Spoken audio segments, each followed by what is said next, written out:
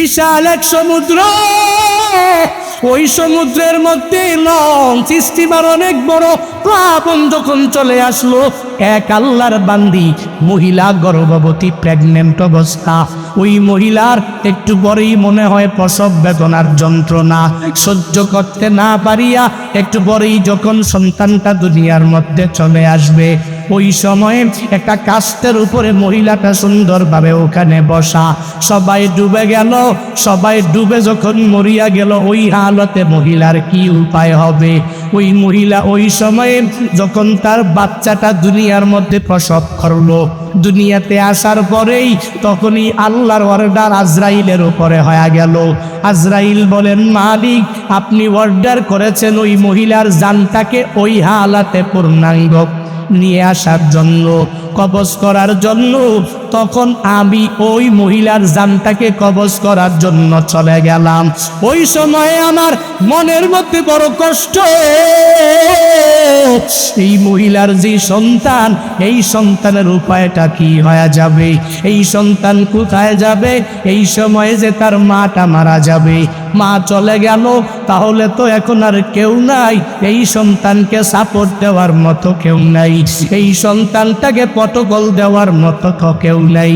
আজরাইল বলেন, মালিক আপনার আদেশ শোনার পরে আমি ওই মহিলার জানটাকে কবজ করে ফেললাম, কিন্তু আমার অনেক কষ্ট ওই সময় হয়েছিল, কিন্তু অনুমতি তো নাই। ওই মহিলার কাছে অনুমতি নেওয়াও যাবে না, বরং অনুমতি শুধু রহমাতুল্লিল আলামিনের বেলায় আমার নবী, তোমার নবী যার ব্যাপারে আজরাইলকে আল্লাহ পাঠায়া দিলেন, আজরাইল হ্যাঁ মালাকুল মউত আমার নবীর কাছে তুমি দৌড়াইয়া যাও, ওই নবীর কাছে যা জানায়া দাও আমার নবী যদি অনুমতি দেয় জানটাকে কবজ করবা, যদি অনুমতি না দেয় জান কবজ করার দরকার নেই। দুনিয়ার কোনো মানুষের ইতিপূর্বে আর আল্লাহ অনুমতি এভাবে নেওয়ার জন্য পাঠান নাই।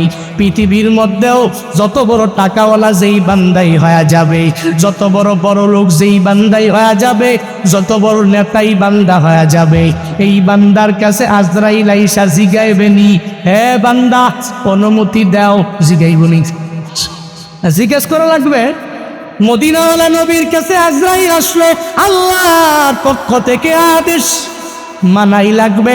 রহমাতুল্লিল আলামিনের দরবারে আসিয়া নবীরে জানায়া দিল, হে পয়গম্বর আল্লাহ পাঠাইছে, আপনি যদি অনুমতি দেন জানটাকে কবজ করব, আর যদি অনুমতি না দেন আমি জান কবজ করতে পারবো না। মদিনাওয়ালা নবী বলেন, আমার জানটা যদি তুমি আজরাইল কবজ করতে চাও, তাহলে কবজ করতে হলে আমার একটা মনের বড় আশা আছে, আশা পূরণ করা লাগবে।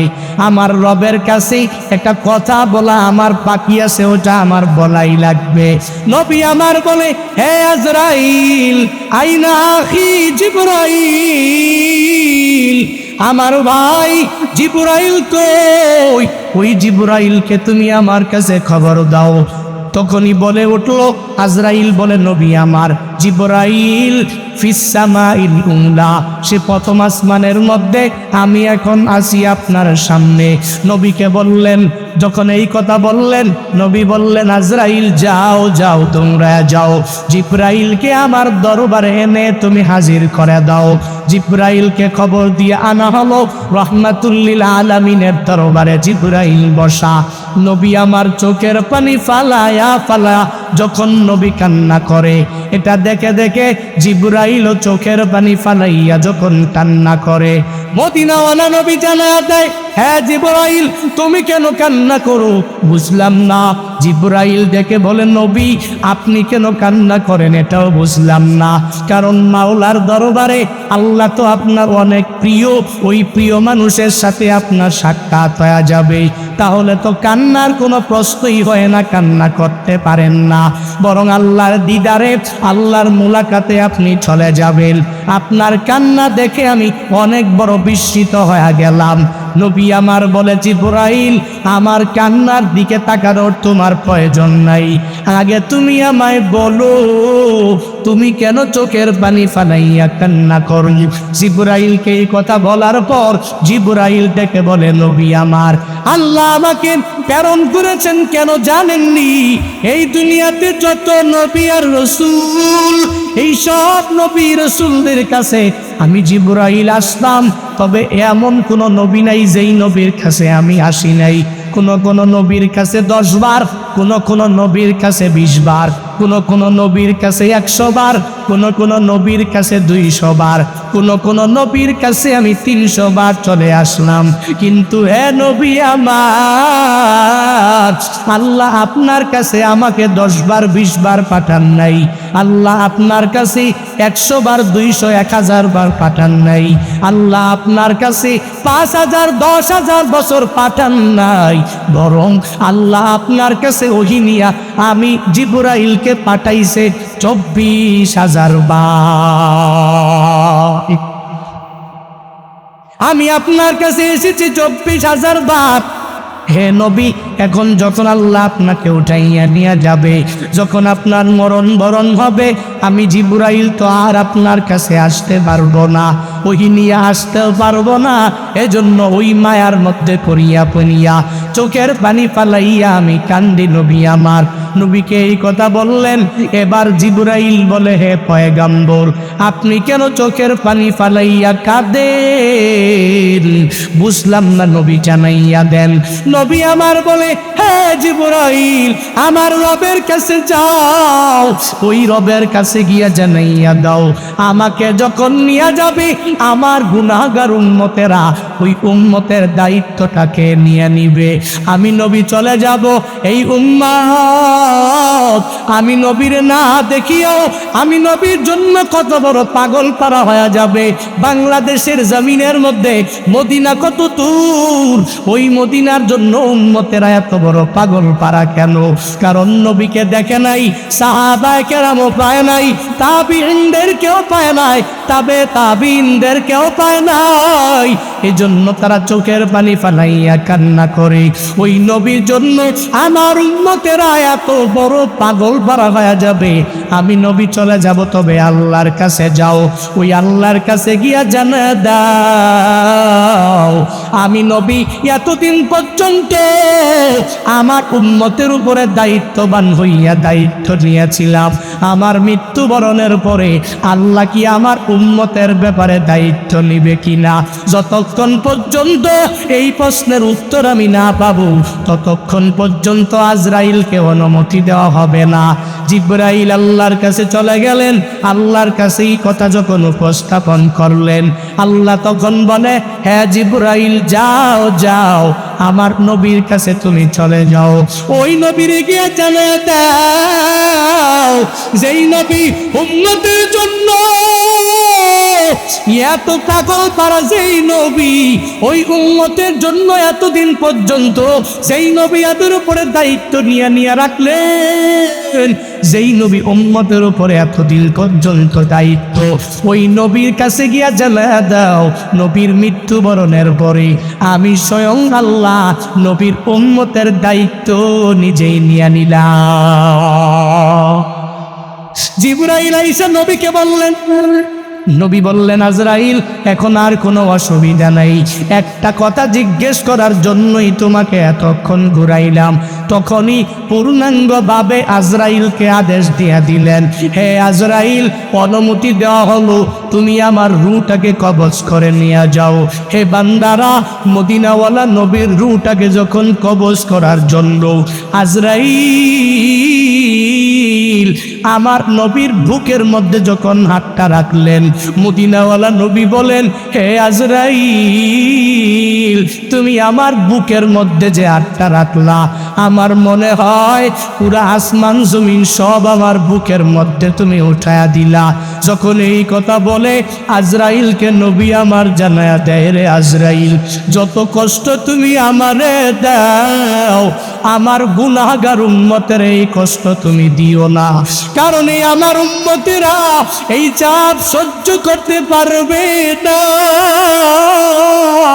সেই উম্মতেরা আমি নবীর জন্য অনেক বড় পাগল পারা, এদেরকে কষ্ট দিও না। আজরাইল বলে, নবী না না, কষ্ট দেওয়া হবে না। আপনার যে উম্মতেরা দুনিয়াতে আসার পর আপনাকে মেনে মেনে মেনে দুনিয়াতে যারা চলবে, আপনার সুন্নত অনুযায়ী যারা নিজের জিন্দেগিটা গঠন করবে, দুনিয়াতে আসিয়া যারা নামাজ রোজা নেক আমল করে সময়টা কাটাবে, তাদের মৃত্যু কেমন হবে জানেননি?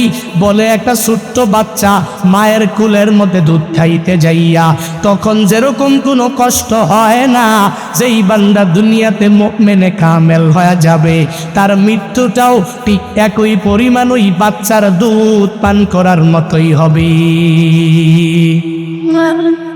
হে নবী, তবে যারা আপনারে মানবে না, আপনার সুন্নতের উপরে যারা পূর্ণাঙ্গ আমল করতে পারবে না, হে নবী আমার, যারা দুনিয়াতে আসার পরে রবের আদেশগুলো মানতে পারবে না, যারা দুনিয়াতে আসার পর রবের নিষেধ অনুযায়ী নিজেকে বিরত রাখতে পারবে না, ওই রবের কোরআন অনুযায়ী, নবী আপনার হাদিস অনুযায়ী চলতে পারবে না, এদের কত কষ্ট হবে জানেননি? বলে একটা খাসি জবাই না করিয়া যদি উল্টাভাবে যদি সিলা হয়, যদি চামড়াটাকে আলাদা করা হয়, ওই খাসির কষ্ট কি কম হবে নাকি বেশি হবে? বলে দুনিয়াতে যেই বান্দা বেনামাজি, দুনিয়াতে যেই বান্দা নেক আমল করে নাই, দুনিয়াতে যেই বান্দা নবীর সুন্নতের উপরে আমল করে নাই, দুনিয়াতে যেই বান্দা আমলি জিন্দেগি গঠন করতে পারে নাই, ওই বান্দার বেলায়ও একই পরিমাণ এমনই হয়ে যাবে, তাদের কষ্টটাও এরকম হয়ে যাবে। এরে বান্দা, কোন কথা থেকে আসতে জানো?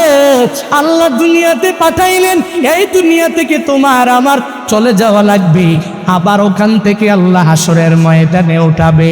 কারো কাছ থেকে আজরাইল এক সেকেন্ডের জন্য অনুমতি নিবে না।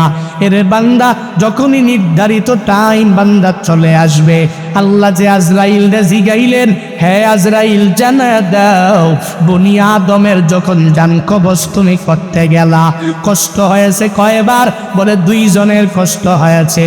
1 নাম্বার, ওই যে মহিলা, যেই মহিলা সমুদ্রের মধ্যে পড়িয়া রইল, ওই মহিলার জান কবজ করতে আমি আজরাইলের কষ্ট হয়ে গেল। বলে 2 নাম্বারকে? বলে বাদশা সাদ্দাত 300 বছর পর্যন্ত লাগাইয়া দুনিয়াতেই কল্পিত এক স্বর্গ বানাইয়া দিল। এই কল্পিত স্বর্গটা বানাইয়া কত আনন্দ নিয়া নিয়া এই স্বর্গের মধ্যে ঢোকার জন্য নিজের ঘোড়া নিয়া নিয়া নিয়া আল্লাহর ওই বান্দা যখন সাদ্দাত দৌড়ে গেল কল্পিত স্বর্গের মধ্যে, ওই স্বর্গে একটা পা রাখছে আর একটা পা ঘোড়ার উপরের মধ্যে রেখেছে। আল্লাহর অর্ডার হয়ে গেল, হে আজরাইল যাও যাও, আমার বান্দা বাদশা সাদ্দাত তার কল্পিত স্বর্গের মধ্যে প্রবেশ করতে পারবে না। 300 বছর লাগাইয়া এত টাকা পয়সা খরচ করে ওই সাদ্দাত নিজের কল্পিত স্বর্গের মধ্যে ঢুকতে পারে নাই। ওই জায়গার মধ্যে এক পা ঘোড়ার উপরে আরেক পা স্বর্গের মধ্যে রাখতে দেরি। ওই সময় আজরাইল তার জানটাকে কবজ করে নিলেন। আল্লাহকে বলেন, হে মালিক, আমি যে ওই সময় জানটা কবজ করলাম, আমার মনটা অনেক ব্যথিত হয়ে গিয়েছিল, আমি অনেক কষ্টের মধ্যে পড়ে গিয়েছিলাম। তখনই আল্লাহ বলেন, হে আজরাইল, তুমি জানো না ওই যে সমুদ্রের মধ্যে যেই মহিলা, ওই মহিলা যেই বাচ্চাটা প্রসব করলো, ওই বাচ্চাটাকে আমি আল্লাহ এত বড় বানাইলাম, তারে বাদশা সাদ্দাত আমি আল্লাহ বানাইলাম। তুমি জানো না ওই যে বাদশা সাদ্দাতের জান কবজ করতে তোমার অনেক দুঃখ হয়েছিল, অনেক কষ্ট তুমি পাইয়াছিলা। ওইটা সাধারণ কোনো যুবক নয়, এটা বাদশা সাদ্দাত কোত্থেকে এসেছে জানো? ওই যে সমুদ্রের মধ্যে ওই মহিলা প্রসব করেছে যে সন্তান, ওই সন্তানটাই হলো ওই জামানার বাদশা সাদ্দাত। আল্লাযী জাআলা লাকুমুল আরদা ফিরাশা والسماء بناء আল্লাহ বলেন, আল্লাহ তো উনি যিনি তোমাদের জন্য জমিনটাকে বানাইলেন বিছানা। আল্লাহ তো উনি যিনি তোমাদের জন্য বিশাল আসমানটাকে বানাইলেন ছাদ। এ বিশাল কোটিবিহীন আসমান আল্লাহ বলেন আমি আল্লাহ বানাইলাম, তবে আমার নিজের জন্য বানাই নেই। আল্লাহ বলেন নাই ফর মি, আল্লাহ বলেন ফর ইউ, আল্লাহ বলেন নাই লি, আল্লাহ বলেন লাকুম, আল্লাহ বলেন নাই আমার জন্য, আল্লাহ বলেন বান্দা তোমাদের জন্য। আল্লাহ যদি নিজের জন্য আসমান বানাইতেন, আল্লাহ যদি জমিনটা নিজের জন্য বানাইতেন, আল্লাহ তখনই বলতেন আল্লাযী জাআলা লিয়াল আরদা ফিরাশা ওয়াস সামাআ বিনাআ। আল্লাহ যদি নিজের জন্য বানাইতেন, আল্লাহ বলতেন আমি আল্লাহ নিজের জন্য জমিনটা বানাইলাম, আমি আল্লাহ আসমানটা নিজের জন্যই পূর্ণাঙ্গ বানাইলাম। আল্লাহ বলেন না না, এ বিশাল জমিনটা বানাইলাম আমি আল্লাহ, কিন্তু বান্দা দিয়া দিলাম তোমাকে এ বিশাল আসমান জমিন সব নিয়ামত চোখে যা দেখো আর বান্দা তুমি না দেখো, এই সব কিছু বানাইলাম আমি মালিক, তবে দিলাম আমি আল্লাহ তোমার জন্য, বানাইলাম আমি আল্লাহ তোমার জন্য। ওই রবের দিকে যদি তাকাও তাহলেই বিভিন্ন সময়ে তোমার অবিশ্বাস্য একটা ব্যাপার মনে পড়ে যাবে। দুনিয়াতে যেই বান্দা নিজের টাকা দিয়ে একটা বাইক কিনে ফেললো, এই বান্দা বাইকটা কেনার পর এই বান্দা তখন বলে বাইক আমার, কাউকে দিতে চায় না, কারণ বন্ধু যদি বাইকটা নিয়ে অ্যাক্সিডেন্ট করে তাহলে অনেক খারাপ অবস্থা হয়ে যাবে। আল্লাহর ওই বান্দা নিজের টাকা দিয়া কিনা আর একজনের দিতে চায় না। যেই বান্দা দুনিয়াতে দামি বাড়ি করে ফেললো, আল্লাহর এই বান্দা টাকা দিয়া দামি বাড়ি যখন বানায়া ফেললো, তখন কাউকে তার এই বাড়ি কারো কাছে হ্যান্ড ওভার করে দিতে চায় না। যেই বান্দা গাড়ি একটা কিনে ফেললো, কারো কাছে তার চাবি হ্যান্ড ওভার করে দিতে চাইবে না, কারণ এই বান্দা তখন বলবে এই বাড়ি আমার, এই গাড়ি আমার, এই সব কিছু হলো আমার, আমি আমার নিজের টাকা দিয়া কিনলাম। শুধু কি তাই? বলে না না, বান্দা নিজের ঘরের মধ্যে বান্দা যায় দেখবা, ঘরের মধ্যে কাজিন থাকে, চাচাতো ভাই বোনেরা থাকে কি থাকে না? একজনে আর একজনে কথা বলে না কেন? বলে কারণ হলো একজনের বাবা যখন মজা কিনে আনে, তখন আর একজন আইসা বলে হে বোন তুমি আমারে দেও না। হাতটা যখন পাতে পাবে, তখন একটা ছোট্ট বাচ্চা আর একটা বাচ্চারে দেয় না, যদিও তার চাচাতো বোন সারাদিন একসাথে খেলা করার পরেও তার মজা দিতে চায় না। সেটাই বুঝাতে চায় আমার বাবার টাকা দিয়ে আমি মজা কিনলাম, আমি তোমারে কেন দিব? এটা আমার, এটা আমি নিজে একাই একাই ভক্ষণ করব, এটা আমার, এটা আমি নিজেই খাবো, তোমার কাছে আমি দিতে পারি না, কশ্চিনকালে দিব না। দুইজনে ঝগড়ার মধ্যে লিপ্ত হয়ে গেল। দুনিয়াতে কোনো বান্দা নিজের কোনো মাল অন্যরে দিতে চায় না। আল্লাহ বলেন দেখুন, আমি আল্লাহ মায়া করে তোর জন্য বিশাল আসমানটা নিজেই বানাইলাম, তবে আমি আল্লাহ তোর উপকারের জন্যই তো আসমানটা বানাইলাম। এ বিশাল জমিন আমি আল্লাহ নিজেই বানাইলাম রে বান্দা, তবে আমি আল্লাহ তোর জন্যই তো বানাইলাম। এই যে পুকুরের মধ্যে, নদী নালা খালের মধ্যে যত ধরনের আইটেমের মাছ তুমি বান্দা দেখতে পাও, দুনিয়ার কোনো বান্দা, দুনিয়ার কোনো বিজ্ঞানীরা এই কোনো একটা মাছ কশ্চিনকালেও তারা পুঙ্খানু বানাইতে পারবে না। যদিও বানায়, এই প্রাকৃতিক মাছের মতো স্বাদ খুঁজে পাওয়া যাবে না। আল্লাহ মায়া করেন, বান্দার জন্য মাছটাও বানাইলেন, দিলেন বান্দাকে। আল্লাহ বলেন রে গোলাম, আমি আল্লাহ আসমান বানাইলাম, তোমাকেই দিয়া দিলাম, জমিন বানাইলাম, তোমাকেই বান্দা দিয়া দিলাম। এই সব নিয়ামতগুলো আমি আল্লাহ নিজেই বানাইলাম, সব আমি তোমাকেই দিয়া দিলাম। এরপরেও কি তুমি আমি রবের সাথে অস্বীকার করে করে নিজেকে কাফিরিন বান্দাদের অন্তর্ভুক্ত করে ফেলবা? বলে আল্লাহর দেওয়া আসমান আমি পেয়ে গেলাম, হুজুর এখন আমার কি কাজ করা লাগবে? আল্লাহর দেওয়া জমিনটা পেয়ে গেলাম, হুজুর এখন আমার কি কাজ করা লাগবে? বলে কাইফা তাকফুরুনা বিল্লাহ কুনতুম আমওয়াতা ফাহিয়াকুম সুম্মা ইউমীতুকুম সুম্মা ইউহয়ীকুম সুম্মা ইলাইহি তুরজাউন। আল্লাহ বলেন, রে গোলাম, কাইফা তাকফুরুনা বিল্লাহ, তুই কিভাবে আমি রবের সাথে অস্বীকার করে তুই কিভাবে কাফের হয়ে যাও? তুই কিভাবে আমি নিয়ামত পাওয়ার পরে আমি রবের সাথে কিভাবে অস্বীকার করো? কিভাবে তুই অকৃতজ্ঞ হয়ে যাও? কিভাবে তুই অন্যদিকে বান্দা দৌড়ায় যাও? কিভাবে তুই নিজের মন চাহি জিন্দেগিটা তুমি চালাও? আল্লাহ বলেন, কাইফা তাকফুরুনা বিল্লাহ, কিভাবে তুমি অস্বীকার করো? অথচ বান্দা কুনতুম আমওয়াতা, তোমরা ছিলাম মৃত, ওই মায়ের গর্ভের মধ্যে তুমি নিজের ক্ষমতায় বড় হও নাই। আল্লাহ মায়া করে করে ওই মায়ের গর্ভের মধ্যে তোমাকে বড় করলেন। ওই মায়ের নাভির মাধ্যমে একটা লক ফিট করিয়া ওই জায়গায় আল্লাহ তোমাকে বাঁচাইলেন। 9টি মাস 10টি মাস মায়ের গর্ভে আল্লাহ তোমাকে বড় করলেন। আল্লাহ বলেন, তুই ছিলি মৃত, আমি আল্লাহ মায়া করে করে দুনিয়াতে আসার ব্যবস্থা আমি আল্লাহ করে দিলাম। ওই মা বাবার মাধ্যমে দুনিয়া দেখার ব্যবস্থাও আমি করে দিলাম। দুনিয়াতে 50 বছর 60 বছর 70 বছরের জিন্দেগি যখন শেষ হয়ে যাবে, তখন যতই বাড়াবাড়ি করো ওই রবের দরবারে আবার তোমার ফিরে যাওয়া লাগবে। কারণ বান্দা, মিনহা খলাকনাকুম ওয়া ফিহা নুঈদুকুম ওয়া মিনহা নুখরিজুকুম তারাতান উখরা।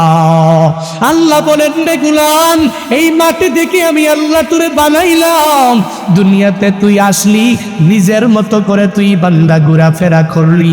আবার যখন সময় চলে আসবে, মালাকুল মউত তোর দরওয়াজার সামনে যেদিন চলে আসবে, ছিলি মৃত, আমি আল্লাহ বানাইলাম, করলাম তোকে জীবিত। আবার জীবিত থেকে আমি আল্লাহ মালাকুল মউত পাঠানোর মাধ্যমে আবার তোকে কবরের মধ্যে আমি আল্লাহ নিয়ে যাব। দুনিয়ার কোনো বান্দা যদি মনে করে আমি মরব না, মৃত্যুবরণ আমি করব না, আমার টাকা পয়সার অভাব নাই, আমার দামি বাড়ির কোনো অভাব নাই, আমার দামি গাড়ির অভাব নাই, আমার আশেপাশে বডিগার্ডের কোনো অভাব নাই, আমার ক্ষমতার অভাব নাই, আমার পাওয়ার অ্যাবিলিটি কোনো অভাব নাই, আজরাইলের কাছে আমি যখন বলবো সময় দাও, এই বান্দার কার্যকলাপ অনুযায়ী এটাই মনে হয়, বান্দা আজরাইলকে বললে আজরাইল মনে হয় দূরে সরে যাবে। অথচ বান্দা না না, ওই আজরাইল যখন তোমার দরওয়াজায় হাজির, ওই সময় যতই তুমি বাড়াবাড়ি করো, যাই করো, আজরাইল আসবে, পশ্চিমকালেও কোনো বান্দার কাছে অনুমতি নিবে না, অনুমতি নেওয়াও লাগবে না। কারণ হেন আল্লাহ কর্তৃক পূর্ণাঙ্গভাবে আদেশ প্রাপ্ত। আল্লাহ জানায়া দিলেন, হে আজরাইল, যখন যার সময়, ওই সময় তুমি তার জানটাকে কবজ করে দাও। হে বান্দারা, জান কবজ করার জন্য পুরা পৃথিবীর মধ্যে শুধুমাত্র একজনের কাছ থেকে অনুমতি নেওয়া হইল, সেটা আর কেউ না, সেটা আমার নবী, তোমার নবী রাহমাতুল লিল আলামিন। ওই নবীর জান যখন কবজ করবে, তখনই আজরাইল যাইয়া নবীর কাছ থেকে অনুমতি চেয়েছে। এর আগেও চায় নাই, ভবিষ্যতে কিয়ামত পর্যন্ত আজরাইলের অনুমতি লাগবেনি, লাগবে, কারণ সে আল্লাহ কর্তৃক প্রেরিত। এই দুনিয়াতে জান কবজ করনেওয়ালা এই আজরাইলকে একদিন আল্লাহ তাআলা জিজ্ঞেস করলেন, হে আজরাইল, দুনিয়াতে যে তুমি পূর্ণাঙ্গভাবে বনি আদমের জানগুলো তুমি কবজ করে নাও, এই জানগুলো কবজ করার সময়ে কার জান কবজ করতে তোমার কষ্ট হয়েছিল বেশি? যখন এই কথা বললেন, আজরাইল তখন মাওলাকে জানায়া দিলেন, ও মালিক, বনি আদমের জানগুলো কবজ করলাম, তবে দুইটা মানুষের জান কবজ করতে কষ্ট হয়েছিল। বলে কোন দুইজন? আল্লাহর কাছে আজরাইল জানায়া দেয়, হে মালিক, এক নম্বরে যেই জানটা কবজ করতে কষ্ট হয়েছিল, বিশাল এক সমুদ্র, ওই সমুদ্রের মধ্যে লঞ্চ স্টিমার অনেক বড় প্লাবন যখন চলে আসলো, এক আল্লাহর বান্দি মহিলা গর্ভবতী প্রেগনেন্ট অবস্থা, ওই মহিলার একটু পরেই মনে হয় প্রসব বেদনার যন্ত্রণা সহ্য করতে না পারিয়া একটু পরেই যখন সন্তানটা দুনিয়ার মধ্যে চলে আসবে, ওই সময়ে একটা কাস্তের উপরে মহিলাটা সুন্দরভাবে ওখানে বসা। সবাই ডুবে গেল, সবাই ডুবে যখন মরিয়া গেল, ওই হালতে মহিলার কি উপায় হবে? ওই মহিলা ওই সময়ে যখন তার বাচ্চাটা দুনিয়ার মধ্যে প্রসব করলো, দুনিয়াতে আসার পরেই তখনই আল্লাহর অর্ডার আজরাইলের উপরে হয়ে গেল। আজরাইল বলেন, মালিক, আপনি অর্ডার করেছেন ওই মহিলার জানটাকে ওই হালাতে পূর্ণাঙ্গ নিয়ে আসার জন্য, কবজ করার জন্য।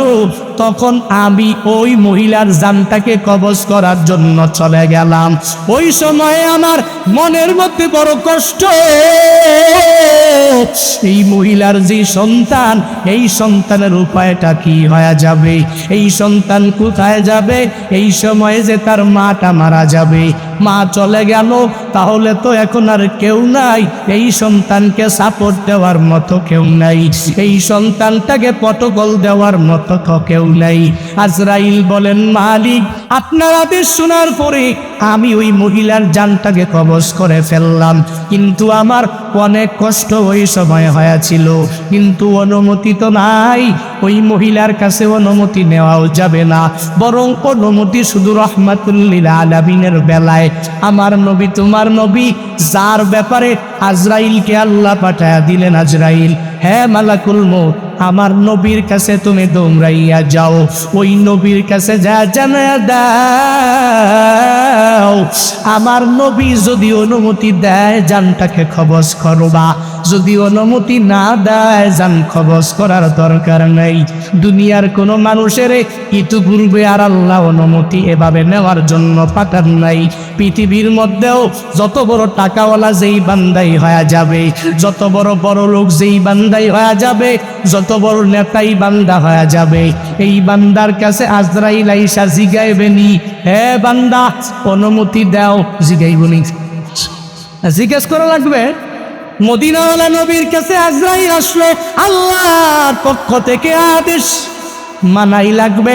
রহমাতুল্লিল আলামিনের দরবারে আসিয়া নবীরে জানায়া দিল, হে পয়গম্বর, আল্লাহ পাঠাইছে, আপনি যদি অনুমতি দেন জানটাকে কবজ করব, আর যদি অনুমতি না দেন আমি জান কবজ করতে পারবো না। মদিনাওয়ালা নবী বলেন, আমার জানটা যদি তুমি আজরাইল কবজ করতে চাও, তাহলে কবজ করতে হলে আমার একটা মনের বড় আশা আছে, আশা পূরণ করা লাগবে। আমার রবের কাছে একটা কথা বলা আমার বাকি আছে, ওটা আমার বলাই লাগবে। নবী আমার বলে, হে আজরাইল, আইনা আখি জিবরাইল, আমার ভাই জিবরাইল কই? ওই জিবরাইলকে তুমি আমার কাছে খবর দাও। তখনই বলে উঠল আজরাইল, বলে, নবী আমার জিবরাইল ফিস সামাইল উলা, সে প্রথম আসমানের মধ্যে, আমি এখন আসি আপনার সামনে। নবীকে বললেন, যখন এই কথা বললেন, নবী বললেন, আজরাইল যাও যাও, তোমরা যাও, জিবরাইলকে আমার দরবারে এনে তুমি হাজির করে দাও।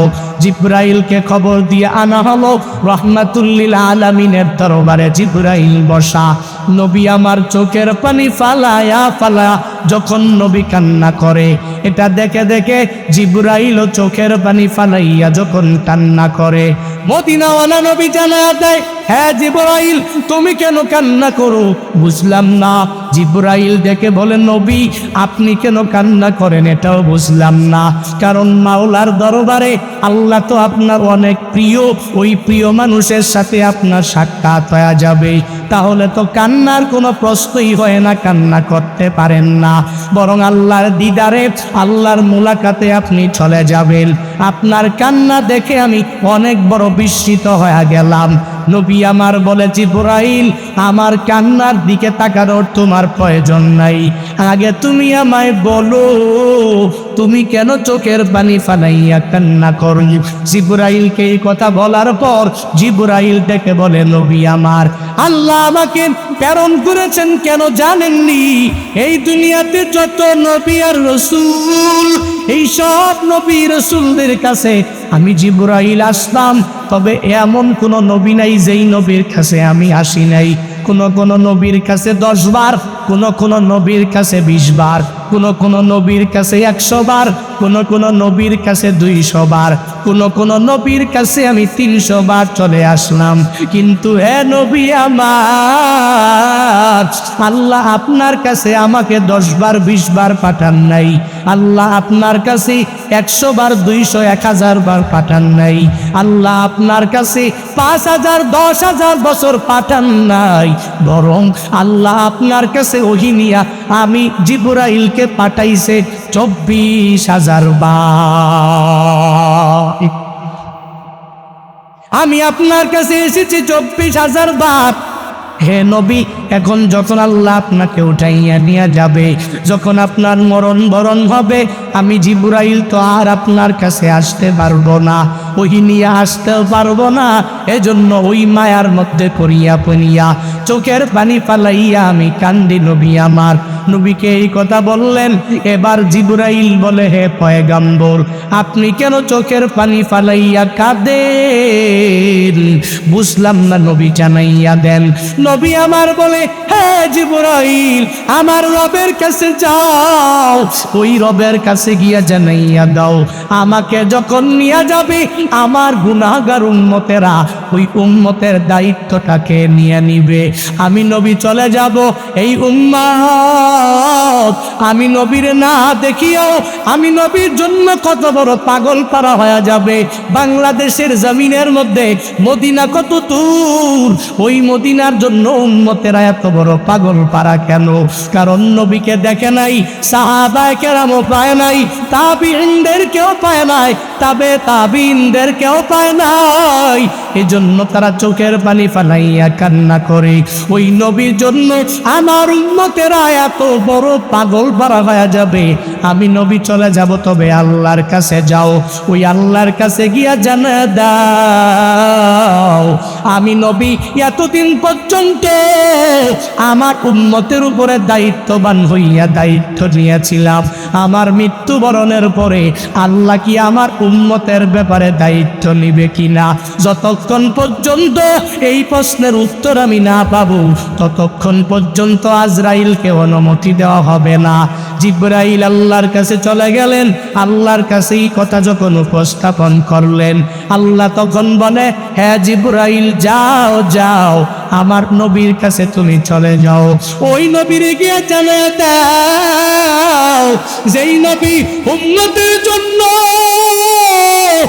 এত পাগল পারা, যেই নবী ওই উম্মতের জন্য এতদিন পর্যন্ত যেই নবী এদের উপরে দায়িত্ব নিয়ে রাখলেন, যেই নবী উম্মতের উপরে এতদিন পর্যন্ত দায়িত্ব, ওই নবীর কাছে গিয়া জানা দাও, নবীর মৃত্যুবরণের পরে আমি স্বয়ং আল্লাহ নবীর উম্মতের দায়িত্ব নিজেই নিয়ে নিলাম। জিবরাইল আইসা নবীকে বললেন, নবী বললেন, আজরাইল, এখন আর কোনো অসুবিধা নাই, একটা কথা জিজ্ঞেস করার জন্যই তোমাকে এতক্ষণ ঘুরাইলাম।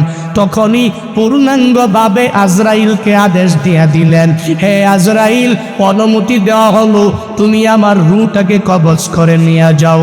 হে বান্দারা, মদিনাওয়ালা নবীর রূহটাকে যখন কবজ করার জন্য আজরাইল আমার নবীর বুকের মধ্যে যখন হাতটা রাখলেন, মদিনাওয়ালা নবী বলেন, হে আজরাইল, তুমি আমার বুকের মধ্যে যে হাতটা রাখলা, আমার মনে হয় পুরা আসমান জমিন সব আমার বুকের মধ্যে তুমি উঠায়া দিলা।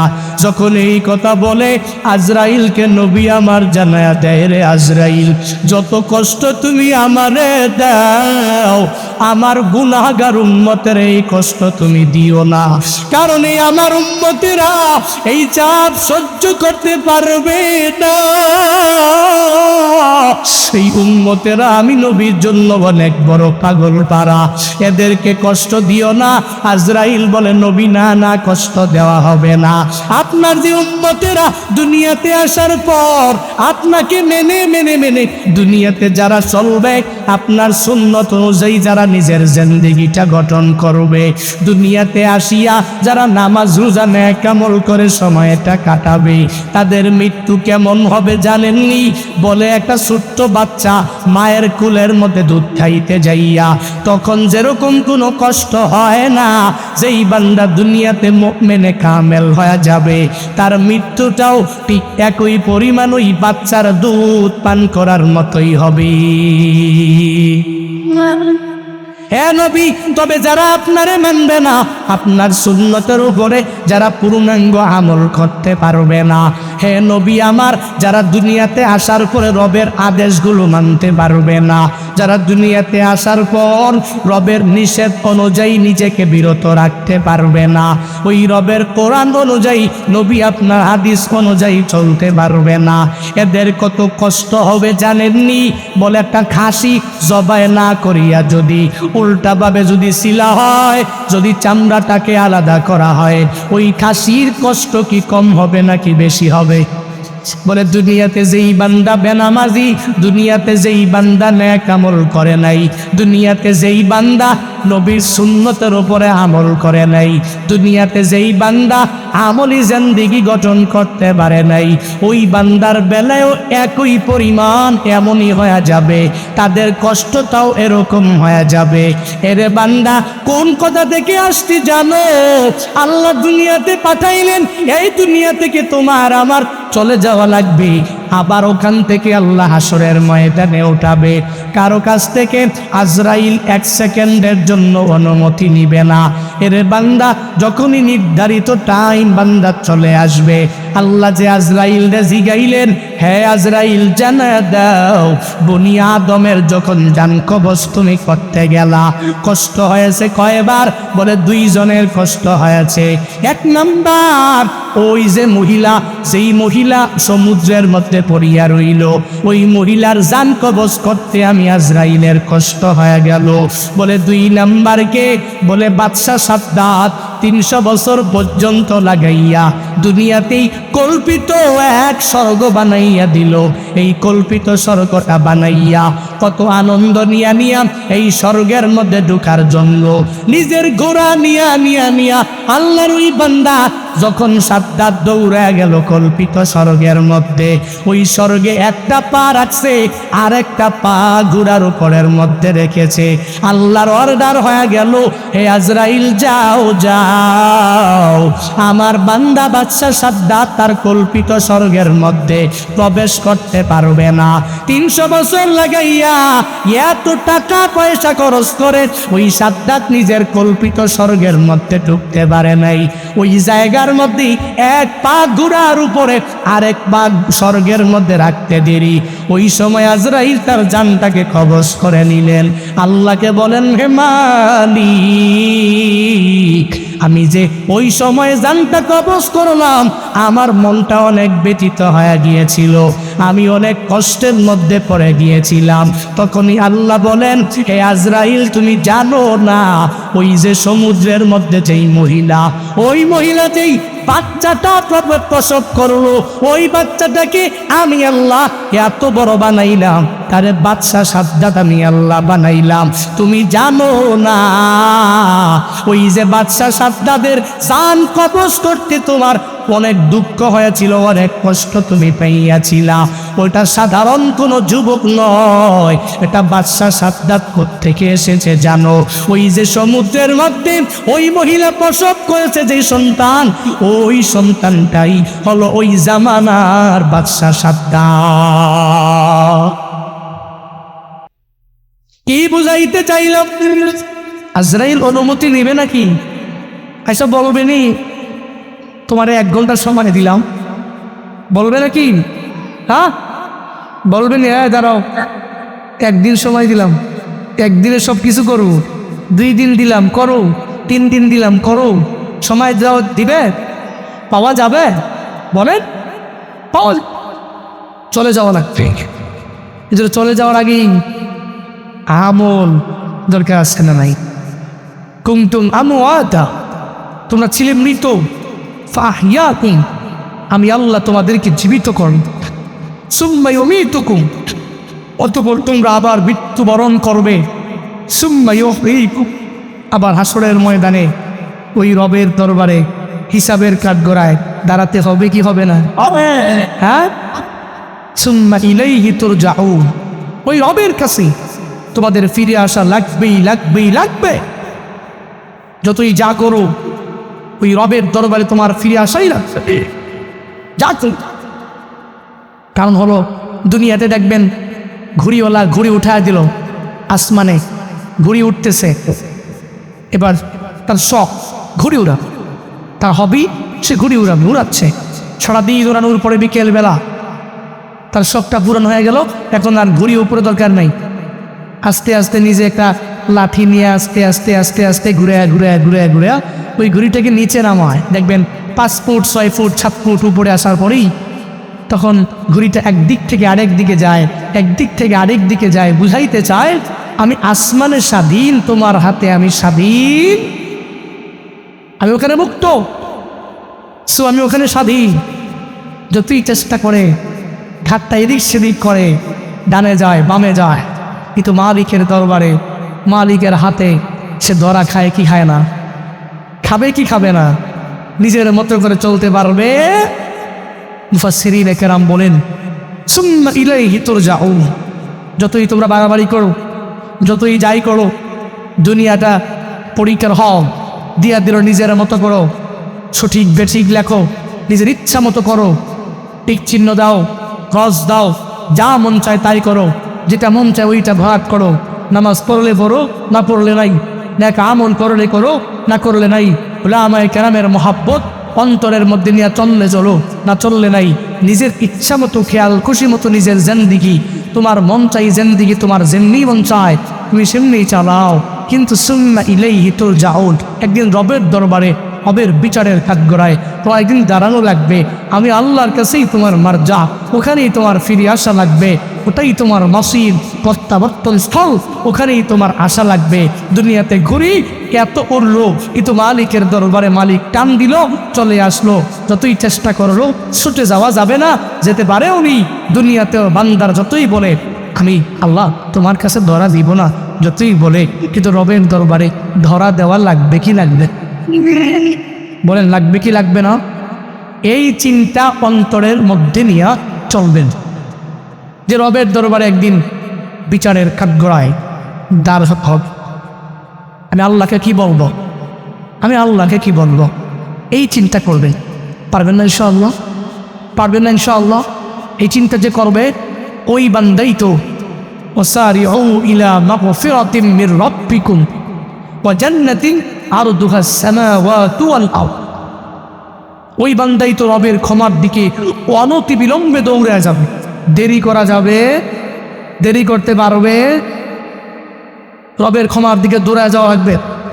হুজুর আমি কালকে করবো নি, পরশু করবো নি, 1 সপ্তাহ পরে করবো নি, 1 মাস পরে করবো নি, হুজুর ভালো হয়ে যাবো পরে হবো নি, এখন হওয়ার দরকার নেই। অনেক যুবকরা চিন্তা করে এটা বিয়া টিয়া করে নেই, সুন্দরীকে রমণী আসবে, সংসারটা গুছাবো, সন্তান সন্ততি হইল, এটাই প্রত্যেকটা যুবকদের এইম, তার লাইফের এইম, তার লাইফের স্বপ্ন, গোল, এটাই তার স্বপ্ন যে আমার সন্তানাদি হবে, বিয়া টিয়া কর্ম, সংসার হবে, তারপরে বুড়া টুরা হয়ে গেলে বাবার মতো হইলে তখন ছেলে মেয়ে বিয়া টিয়া দিয়া তখন আমি নামাজি হয়ে আসি, হজ করতে যাবো, হজ টজ করে আইসা আল্লাহর লিঙ্গ, কি হলি আল্লাহর লিঙ্গ, মাঝে মাঝে দেখবেন হুট হাট করেই আগে এত খারাপ, যত জিন্দেগি খারাপ কাজ হইলেন এর নিয়তি এটা যেটা হজ করে আসবো, আইসা একবারে হাজরে আসওয়াদ পাথরের চুম্বর টুম্বর দিয়া জিন্দেগির গুণা তো সব মাপ, এবার আইসা নিজে একবারে পুরা আল্লাহর হয়ে গেছে গা, এবার পুরা জিন্দেগিতে এত গুনাহ সে করছে, ইচ্ছা করে করেছে, এটা তাওবায়ে নাসুহা নয়, তাওবায়ে নাসুহা এটা নয়। আপনি ইচ্ছা করে ইচ্ছা করে ইচ্ছা করে ইচ্ছা করে গুনাহ করলেন, আর বললেন আমি একটা সময় গিয়ে তাওবা করে নিব, এটা গ্রহণযোগ্য নয়। ইচ্ছা করে কেন গুনাহ করবেন? হ্যাঁ, ভুলে গুনাহ হয়ে যাচ্ছে, শয়তানের ধোকায় পড়ে, প্ররোচনায় পড়ে গুনাহ করতেছেন, একদিন রবের দরবারে বিচারের কাঠগড়ায় দাঁড় হওয়া লাগবে। এই চিন্তা নিয়ে যদি অনতি বিলম্বে রবের ক্ষমার দিকে দৌড়ায় যান, তাহলে আল্লাহ আপনাকে মায়া করে এমন একটা জান্নাত দিবে, যেই জান্নাতের আয়তন আসমান আর জমিনের চাইতেও বেশি। সুবহানাল্লাহ বাড়ি যায় কেন পড়েন না সুবহানাল্লাহ, আরো জোরে পড়েন না। এজন্য আমাদের শিক্ষা কি? ওয়াসারিউ ইলা মাগফিরাতিম মির রাব্বিকুম, অনতি বিলম্বে রবের ক্ষমার দিকে আমরা দৌড়ে যান। দেরি করে যাবে, কালকে করব পরশু করব এই চিন্তা নিয়ে ঘুরা যাবে, এই মনোভাব থাকবে না, এই চিন্তা থাকবে না। হ্যাঁ, সব সময় এই চিন্তা করব যে আমি রবের ক্ষমার দিকে আমার দৌড়ে যাও না। আল্লাহ বলেন নাই তুমি হেঁটে হেঁটে যাও, আস্তে আস্তে যাও। বাবে মুফাআলা থেকে মুসারাআতান, এর মানেই হলো অনতি বিলম্বে, দেরি করো না, দৌড়ে যাও। রবের ক্ষমার দিকে হেঁটে যাও না দৌড়ে যাও? সবাই বলেন হেঁটে যাও না দৌড়ে যাও? আস্তে আস্তে যাও নাকি জোরে যাও? জোরে যাও, জোরে সারিউ, দৌড়াও। আল্লাহ তাআলা আদেশ দিয়েছেন, আল্লাহ বলেছেন সারিউ, সবাই মিল্লা অনতি বিলম্বে দৌড়াবি। কোন দিকে? বলে রবের ক্ষমার দিকে। ওয়াসারিউ ইলা মাগফিরাতিম মির রাব্বিকুম, আল্লাহ বলেন ওই রবের ক্ষমার দিকে তোমরা দৌড়া যাও। ওই রবের ক্ষমার দিকে দৌড়া যাইবা কেমনে? বলে হাইটা হাইটা গেলে হবে না, ওই রবের ক্ষমার দিকে অনতি বিলম্বে তুমি দৌড়া যাও। তো বিলম্ব যদি না করি, অনতি বিলম্বে যদি দৌড়াতে হয়, তাহলে হাইটা গেলে সম্ভব না, খুব দ্রুত ওই রবের ক্ষমার দিকে দৌড়াইয়া যাওয়া লাগবে। ওই রবের ক্ষমার দিকে যেই বান্দা দৌড়াইয়া যাবে, আল্লাহ বলেন রে গোলাম, ওই রবের ক্ষমার দিকে যেই বান্দা দৌড়াইয়া যাবে, তাকে আল্লাহ মায়া করিয়া এমন এক জান্নাতের অধিপতি বানায়া দিবে।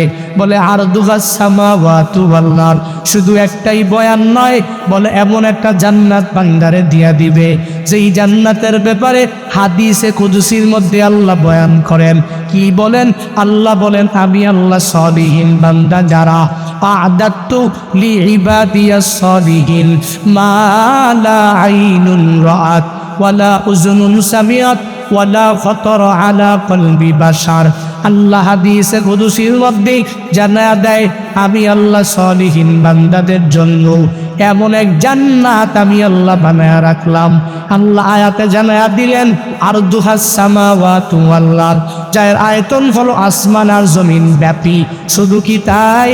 বলে না না, এমন এক জান্নাত আমি আল্লাহ বানাইলাম, যেই জান্নাত হলো এমন জান্নাত মালা আইনুন রাআত, পৃথিবীর কোন চক্ষু ওই জান্নাতটা দেখে নাই, ওয়ালা উযুনুন সামিআত, পৃথিবীর কোন কান ওই জান্নাতের ব্যাপারে পুঙ্খানুশ্রবণ করে নাই, ওয়ালা খাতারা আলা কলবি বাশার, পৃথিবীর কোন মানুষের কল্পনাও করতে পারে না, অন্তরে কল্পনাও জাগে না ওই জান্নাতটা কেমন সুন্দর।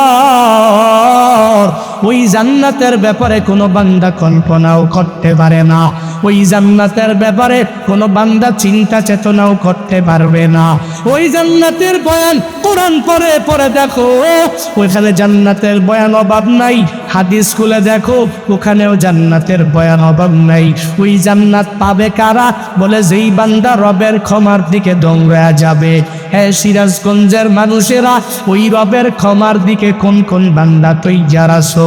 হুজুর আমি দুনিয়াতে যতদিন বাঁচবো, আমি তো আগে বলেছি সপ্তাহখানেক পরে আমি নামাজ ধরব, 1 মাস পরে আমি রোজা রেখে ভালো হয়ে যাব, আমি নেক আমল করব, তবে এখন থেকে নয়, আমি পর থেকে করব।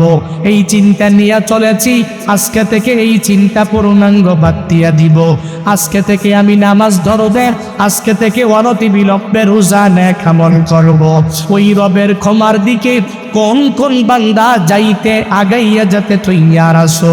ওই রবের ক্ষমা পাওয়ার জন্য, হেঁটে হেঁটে না দৌড়াইয়া যাওয়ার জন্য। ক্ষমা পাওয়ার জন্য, জান্নাত পাওয়ার জন্য, জাহান্নাম থেকে বাঁচার জন্য ওই কোন কোন বান্দা তৈয়ার আছো দুইটা হাত তুইলা মালিকের দেখায়া দাও। ওরে দয়ার মালিক, সিরাজগঞ্জ এই কামারখন্দ উপজেলার মধ্যে রসুলপুর গ্রামের দিকে তাকায়া দেখেন আপনারই আশিকিন জাকিরিন বান্দারা হাত উঠাইলেন। এরা দুনিয়াতে যতদিন পর্যন্ত বেঁচে থাকবে জান্নাত পাওয়ার জন্য যেই যেই কাজগুলো করা লাগবে ওই কাজগুলো বেশি বেশি ওনারা করার চেষ্টা করবে।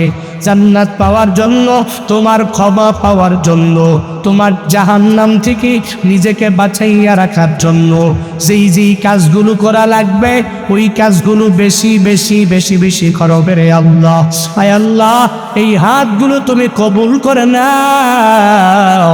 আয় আল্লাহ, আমাদের প্রত্যেককে তুমি নামাজি বানায়া দাও, আমাদের প্রত্যেককে তুমি রোজাদার বানায়া দাও, আমাদের প্রত্যেককে তুমি নেক আমলওয়ালা বানায়া দাও। আয় আল্লাহ, আস্তে আস্তে নয়, জুড়ে জুড়ে জুড়ে জুড়ে অনতি বিলম্বে তোমার ক্ষমার দিকে দৌড়াইয়া যাওয়ার তৌফিক দান করো। সকলে পড়ি আমিন। আর জোরে পড়ি আমিন, আবারও পড়ি আমিন। আমল করতে পারবেন না ইনশাআল্লাহ। মূলে মূলে মূলে কথা একটাই, আমরা আমলি জিন্দেগি গঠন করব। আর যুবকদেরকে সাপোর্ট দিবেন, যুবকদের জন্য দোয়া করবেন আল্লাহ যাতে করে এই যুবকদেরকে কবুল করেন, ইসলামের জন্য দ্বীনের জন্য কবুল করেন। আতিকুর রহমান একজন যুবক, অনেক কষ্ট করেছেন এই মাহফিলের জন্য। আল্লাহ আতিকুর রহমানকে কবুল করুন, পড়েন আমিন। সাথে সাথে এই যুবকরা আছে, এরা অনেক শ্রম দিয়েছে, পরিশ্রম করেছে এই মাহফিলের জন্য। এরা যদিও আপনাদের প্রত্যেকের মন কিভাবে বুঝবে, কারণ একজন মানুষ সবার মন বুঝবে কেমনে, অনেকের মন বুঝতে পারে নাই, এজন্য হয়তো অনেকেই রাগ করে আছেন। কিন্তু রাগ ওদের উপরে করতে পারেন, জুনায়েদ আল হাবিবের উপরে তো নয়।